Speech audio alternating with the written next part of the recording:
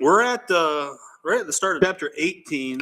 I'm gonna do a little bit of review today, though, just to pick us up and remind everybody where we are in the context of this.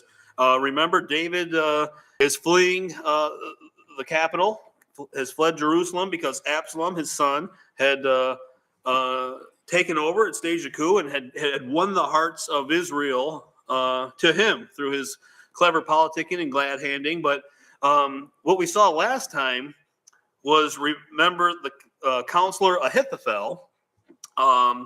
Ahithophel was the chief counselor both to David and then to Absalom. And remember what his counsel was regarded as at the end of 16. You see there the advice of Ahithophel, which he gave in those days, was as if one had inquired at the oracle of God.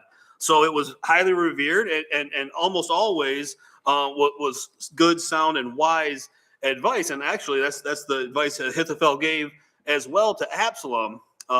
Remember that David was beleaguered. He was exhausted physically and emotionally, mentally. Remember, he had the burden of his own responsibility for this situation because of his sin with Bathsheba and Uriah. Nathan the prophet had told him that this was what was going to befall him in his kingdom, that the sword would not cease to be against him and his family, but he was also promised that he would not die. Well, he's already lost one son, and now his other son Absalom here is leading this rebellion against him, causing this civil war in Israel. And remember before, even in chapter 15, when he was sending out his servant Hushai, he said that Hushai was going to stay with David, but he said, no, it's better that you go with Absalom in his camp because the priests are there. You can be a messenger, if you will, between the two camps. And remember what he said in 15, chapter 15, verse 31, when it said that someone told David that Ahithophel, remember this chief counselor, whose word was revered as if the word of God. He said, Ahithophel is among the conspirators with Absalom. So David said, "O Yahweh, I pray, turn the counsel of Ahithophel into foolishness." Well, that's what we saw last time.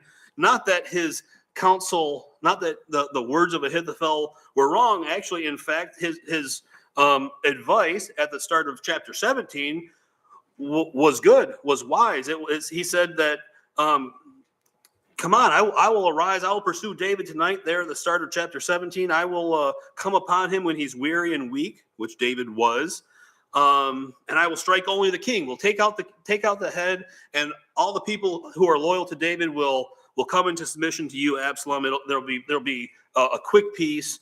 And this was the plan of attack that Ahithophel proposed wisely, I might add, before Absalom. But Hushai, the servant that David had sent to remember what his prayer was with Hushai, that he would turn the advice of Ahithophel into foolishness. Well, Hushai did just that. He gave advice to Absalom, and remember, it was even a divine act that Absalom sought a second opinion. Remember, Ahithophel's word was as good as God's as it was perceived in that day. And he gave a good wise strategy to go and end this division quickly. But he said, well, I'm going to get a second opinion from Hushai. So there we saw the first inkling that God's hand was at play here. And then Hushai, remember, appealed to Absalom's vanity, while Ahithophel said, you stay back here, Absalom. I will go. I will strike the king and bring him back. Well, Hushai said, no, you go out and with your people, Absalom, and you go out and lead this battle against your father. And he built up David, remember, in Absalom's mind, reminding him of David in his younger days when he was a valiant warrior. His warlike prowess was well known. But that's not the David that was in this current context. David of this current time is older, and he is seen the battles of time and seen the heartaches through his family, and he's beat down. He's weary and weak, as he's described. So Hushai, again, right, working covertly for David, gave a plan that sounded better in Absalom's ears, and it sounded like it could puff Absalom up a little bit more. So there we saw down in 17:14, Absalom and all the men of Israel said that the advice of Hushai the Archite is better than the advice of Ahithophel. So you see, his advice was turned. While his advice wasn't foolish, it was turned to foolishness in the eyes of Absalom and the men of Israel, because Hushai's advice appealed more to them. And then look at the last part of that verse. For Yahweh had purposed to defeat the good advice of Ahithophel to the intent that Yahweh might bring disaster on Absalom. So that prayer back in chapter 15, that appeal to heaven that David gave, was answered. And just the hope that gives us now, when like David and his camp, they were all had seemed lost. All, if human eyes were to look at it, it would seem like a hopeless situation. It would seem like how are we going to get out of this? But David, with a faithful prayer and a loving Father, as we have, who hears our prayers, heard that prayer and purposed the defeat of the good advice of Ahithophel so that it might bring disaster to Absalom. So that was a good example of the power that prayer has in our lives. So that brings us right up to chapter 18 now. So if you'll follow along with me in 2 Samuel 18, let's start off now in verse 1. It says, "And David numbered the people who were with him and set captains of thousands and captains of hundreds over them. Then David sent out 1/3 of the people under the hand of Joab, 1/3 under the hand of Abishai, son of Zeruiah, Joab's brother, and 1/3 under the hand of Ittai the Gittite. And the king said to the people, I will surely go out with you myself." Now remember, David had made this mistake before. He had sent his troops out into battle, and he had remained back in the city. And actually, that's when he his eye caught the view of Bathsheba, and the event snowballed from there. So now, and to add insult to injury, back in that event, his forces lost. Well, then he rejoined his troops the next time, and they went out and won. So here he's going to say, "Surely I'm going to go out with you myself." You can imagine him thinking, I got all of us into this situation. I'm going to go out there and lead the people who are loyal to me myself, which might be right to think, but God had other plans. Let's read on in verse 3. "But the people answered, You shall not go out, for if we flee away, they will not care about us, nor if half of us die will they care about us. But you are worth 10,000 of us now, for you are now more help to us in the city."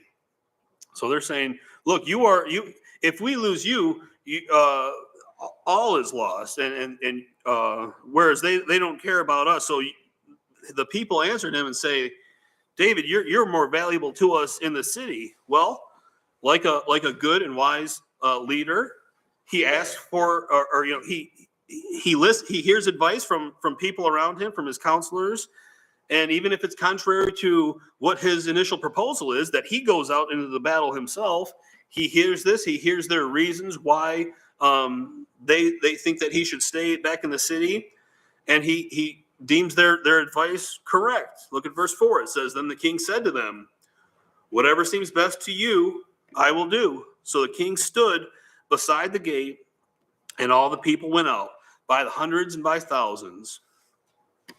Now verse 5, now the king had commanded Joab, Abishai, and Ittai, his three captains, his three commanders. He had commanded them, saying, "Deal gently for my sake with the young man Absalom."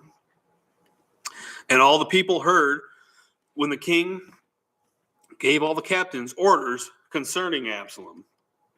So he gave this order to deal gently with his son Absalom before the commanders, but also before all the troops. And this word was disseminated out. It was spread through everybody in the ranks there, that they heard that Sure, they're going to battle against Absalom forces, but David sought for a gentler deal with his son Absalom, and you can understand as a parent, you can understand why he would do this, and this has been a pattern of what we've seen David and his treatment of his children. He likes to treat them with kid gloves, and he likes to dote on them and spoil them, and not deal too harshly with them. And unfortunately, that is what led so many of them to rebel against him, and not because they didn't receive that correction. But now, even in this case, even when Absalom is leading the rebellion against David's own kingdom, he's still pleading with them. Deal gently with him. Don't harm a hair on his head. Remember how long that hair was.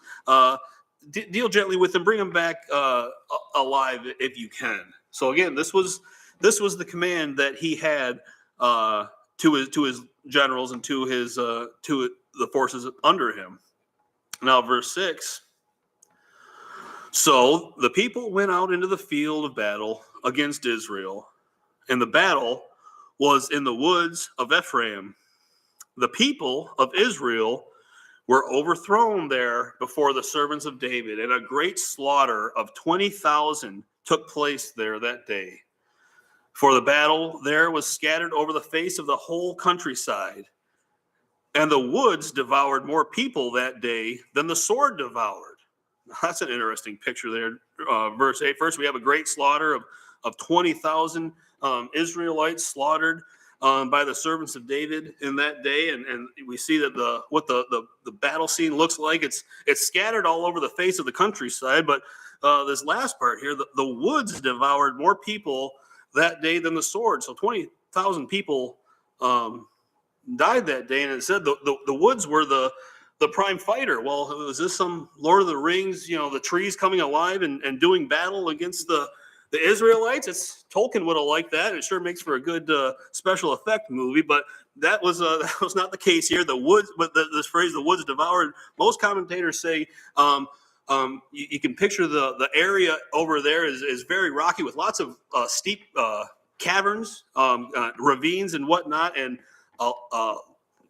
no doubt when the battle was turning against the Israelites here, they were fleeing into these woods, being choked out by briars they wouldn't have seen, or they may have, by the force of the people fleeing in retreat, had pushed some falling down into these great chasms. Other commentators say that it was the beasts of the woods that, as the people fled from the forces into there, caught up in the briars, almost acting like barbed wire. They were prime targets for beasts. We're not sure exactly. These are just what commentators had suggested as the most likely reasons why the woods devoured more people in that day. Nevertheless, here we see the hand of God is with David and with his forces here, and they secured a critical victory in this battle here.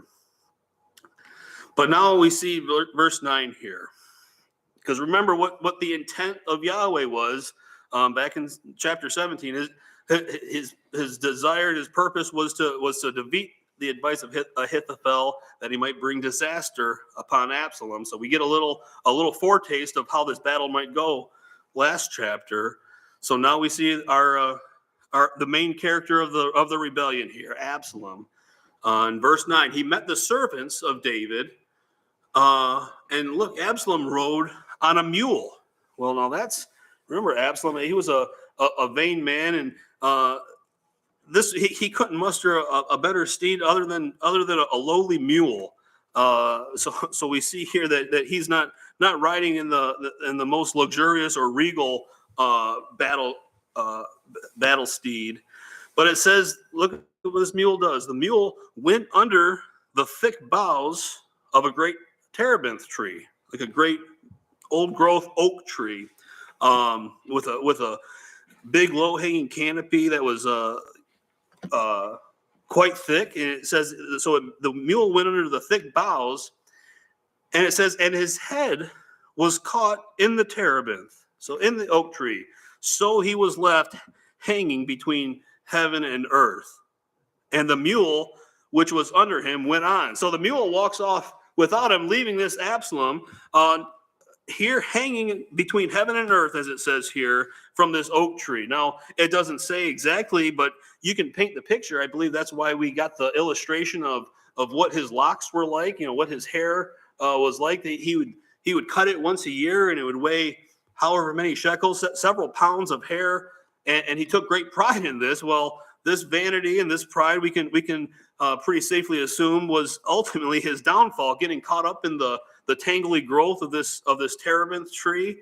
And as Spurgeon said, he was left here hanging between heaven and earth, as if neither one wanted him. Earth had rejected him, but heaven also was rejected. So here he is with his mule riding on without him. Here he is stuck, hanging between heaven and earth. Now, verse 10, it says, "Now a certain man saw it and told Joab and said, I just saw Absalom hanging in a terebinth tree." You can imagine what Joab's response was. Hanging in it, did his troops turn on him and hang him? No, he's just hanging there from his head. You could imagine the incredulous look on Joab's face. But nevertheless, look at verse 11. It says, "So Joab said to the man who told him, 'You just saw him? Why did you not strike him there to the ground? I would have given you 10 shekels of silver and a belt.'"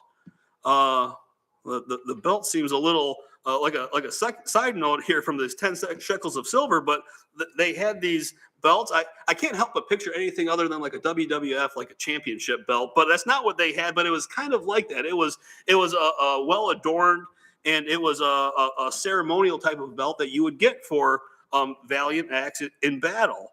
Probably would have been worth it as much as these 10 shekels of silver. But look at what Joab's reaction. He says, "You just saw him? That's all? You just looked at him and came and told me? Why didn't you strike him right there?" Well, it was just a few verses back that he got the command from his leader, his King David, to deal gently with Absalom. Well, we see here that Joab knew that was not the right course of action, that Absalom was ripe for judgment, if you will. Now, this doesn't excuse, you would say, excuse Joab defying orders of an anointed king, and we'll see that you would see later on in Kings that Joab ends up answering for this, but that also doesn't mean that this wasn't the right decision. If nothing else, we see that this was the intent and purpose of Yahweh to bring disaster on Absalom. So this incredible opinion that Joab has, that you just saw him and you didn't kill him. Ultimately, he was right in this. So look at verse 12 now. He says, "But the man said to Joab, 'Though I were to receive 1,000 shekels of silver in my hand, I would not raise my hand against the king's son. For in our hearing the king commanded you, Abishai and Ittai, saying, Beware, lest anyone touch the young man Absalom. Otherwise I would have dealt falsely against my own life. For there is nothing hidden from the king, and you yourself would have set yourself against me.' But then Joab said, 'I cannot linger with you. I've heard enough from you. Thanks for the message. I'm going to go take care of what needs to be taken care of in his mind.' So then, verse 14, and he took 3 spears in his hand and thrust them through Absalom's heart while he was still alive in the midst of the terebinth tree." Now, I can only imagine the pain. I mean, we know this, how long he was hanging there had to have been 30, 40 minutes, perhaps even an hour or longer. It's long enough for this soldier to come tell Joab, and then Joab to return. So imagine that being the last hours of your life while you're still alive, hanging in the midst of the tree. But then Joab comes, takes 3 spears, thrusts him through the heart. Now, this heart here it's more accurately just the mid. That's what they would use to describe the midsection. It wasn't straight through the organ of the heart, because as we see, look at the second verse. It says, "Then 10 young men bore Joab's armor, surrounded Absalom, struck him, and killed him." So he got three in the chest, but he still hadn't bled out yet. Absalom was still alive. So these armor bearers of Joab finally took and surrounded him and finished the job, if you will. So now verse 16, it says, so Joab blew the trumpet, and the people returned from pursuing Israel, for Joab held back the people. And they took Absalom and cast him into a large pit in the woods, laid a very large heap of stones over him, and then all Israel fled, everyone to his tent. Now, as it says in verse 18, now Absalom in his lifetime had taken and set up a pillar for himself, as vain people are want to do. They want to erect things that are glorifying to themselves. So this is what Absalom did here. He took and set a pillar up for himself in the King's Valley, for he said, I have no son to keep my name in remembrance. He called the pillar after his own name, and to this day it's called Absalom's monument. Well, now we saw earlier in this book that Absalom did have sons, so at least earlier on. So what that must say is that those sons ultimately perished, and he had no sons left to keep his name in remembrance. So therefore, he erected his own remembrance to himself, called Absalom's monument. Well, this would explain a lot why Joab took him and cast him into a large pit. They weren't going to bring the body back. They weren't going to, for fear that people could, he could have been turned into a martyr for the people, and it could have caused more division between Israel and David's servants. So no, he wasn't going to allow that. He wasn't going to allow Absalom to be brought back, and perhaps David would have made a big memorial and so on and so forth about him that people could have then looked to it. Oh, remember the fond days of Absalom, our good and handsome leader that was struck down. Well, Joab wasn't going to see that. He threw him in a pit. He's like, you built your own monument for yourself, so that's going to have to suffice for you. Your burial is going to be in this large pit with a heap of stones, so nobody can identify you. Let's go on. Any questions or comments on any of this text so far? All right, let's keep reading now in chapter 18, verse 19. It says, then Ahimaaz, son of Zadok, said, let me run now and take news to the king, how Yahweh has avenged him of his enemies. And Joab said to him, you shall not take the news this day, for you shall take the news another day. But today you shall take no news, because the king's son is dead. Excuse me. Then verse 21, then Joab said to the Cushite, go tell the king what you have seen. So the Cushite bowed himself to Joab and ran. So we see here Ahimaaz son of Zadok, he was, remember, one of the messengers that had brought the message back to David, that Hushai's advice was taken. Now he wants to bring message back about how the battle went. Well, Joab said, no, now's not the day for you to take the news. I'm going to have this Cushite take it. And the Cushite would have had more detail than Ahimaaz would have had about how the battle went and so forth. And we see here the Cushite takes his orders and starts running. Well, now look at verse 22. And Ahimaaz, son of Zadok, said again to Joab, whatever happens, please let me run after the Cushite. So Joab said, why will you run, my son, since you have no news ready? So he said, you haven't been fully briefed on everything that happened. You don't have all the news. The message that wanted to be conveyed went with the Cushite. What are you going to add? Your message isn't even ready. But 23, he says, but whatever happens, he said, let me run. So he said to him, run. Then Ahimaaz ran by way of the plain, and get this, and outran the Cushite. He must have been in quite the hurry to get back to his king to bring the message that he didn't even have fully prepared. Nevertheless, he ran and outran the Cushite. So now verse 24, now David was sitting between the two gates And the watchman went up to the roof over the gate to the wall, lifted his eyes and looked, and there was a man running alone. Then the watchman cried out and told the king, and the king said, "If he is alone, there is news in his mouth." And he came rapidly and drew near. Then the watchman saw another man running, and the watchman called to the gatekeeper and said, "There's another man running alone." So the king said, "He also brings news." Well, yeah, that's what messengers do. But verse 27, so the watchman said, "I think the running of the first is like the running of Ahimaaz, son of Zadok." So obviously he must have been quite a fast character. His running form was known by these watchmen, and he's obviously been a messenger before, so perhaps he was used to seeing Ahimaaz running back from wherever he was taking his last message. Nevertheless, he recognizes him. So the king says, he is a good man and comes with good news.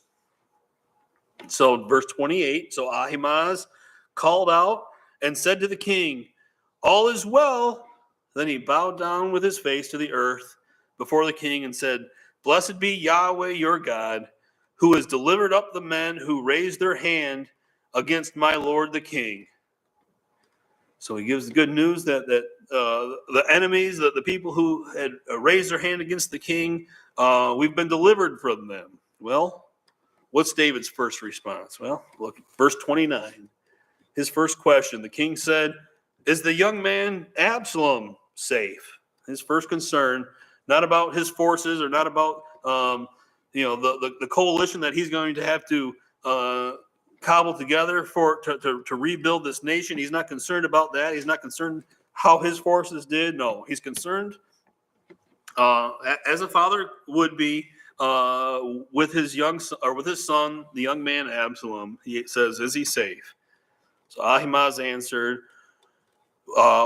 "When Joab sent the king's servant and me, your servant, I saw a great tumult, but I did not know what it was about." Well, yeah, Joab tried to tell you, Ahimaaz, that you hadn't been fully briefed and you don't have your news ready. So now you're before the king and you can't answer his first question. Sounds like an ill-prepared press secretary. But now look at verse 30. The king said, "Turn aside and stand here." So he turned aside and stood still. Just then the Cushite came, and the Cushite said, "There's good news, my lord the king, for Yahweh has avenged you this day of all those who rose against you." So then David, as he did with Ahimaaz, asked the question, "Is the young man Absalom safe?" So the Cushite answered, "May the enemies of my lord the king and all who rise against you to do harm be like that young man." So, in a few more eloquent words, he ultimately says Absalom met his fate and he was killed. So now, verse 33. Then the king was deeply moved, and he went up to the chamber over the gate and wept. And as he went, he said thus, "Oh, my son Absalom, my son Absalom, if only I had died in your place. Oh, Absalom, my son, my son." So rightfully so here we see David mourning his son. However, he knew this fate was coming. He knew the advice of Nathan was accurate. It was from the word of God. But he says here 5 times in one sentence, he laments, "My son, my son, my son Absalom." And even his desire here, "If only I had died in your place." Well, we know David is a foretype of Christ. We know David is a foreshadowing of Christ, and we are really no more or less rebellious than Absalom was here when we are unrepentant in our sin and not yielding to his call of salvation. But this is like David is here. Although his son was rebelling against him, leading this coup against him, nevertheless he's mourning for his son as a good father would do, even if the son had gone off in rebellion. and how he even wishes that he would have died in his place, which Nathan, remember, told him that you're not going to do, David. You're not going to die, but the sword will still be against your family. Nevertheless, this was his desire here, that he would die in the place of his son.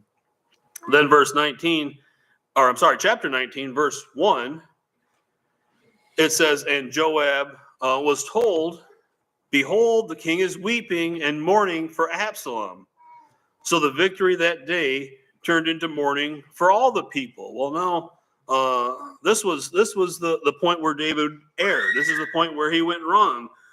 His forces, his side had won a significant and decisive victory that day, and he should have honored that. And he should have recognized the efforts that those hundreds and thousands in his forces, how they performed that day and performed valiantly for his victory.